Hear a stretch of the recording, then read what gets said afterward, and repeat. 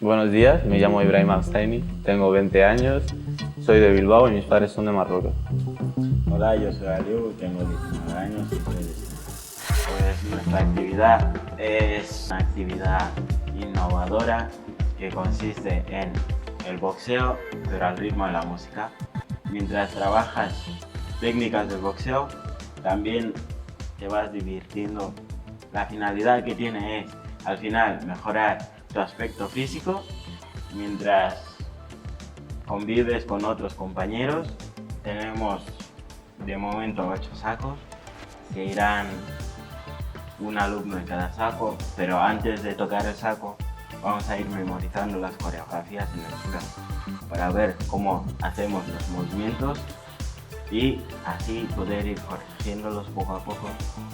Y después, ya cuando esté todo memorizado, pasaremos al saco. Y también haremos alguna que otra actividad que sean en equipos, por así decirlo.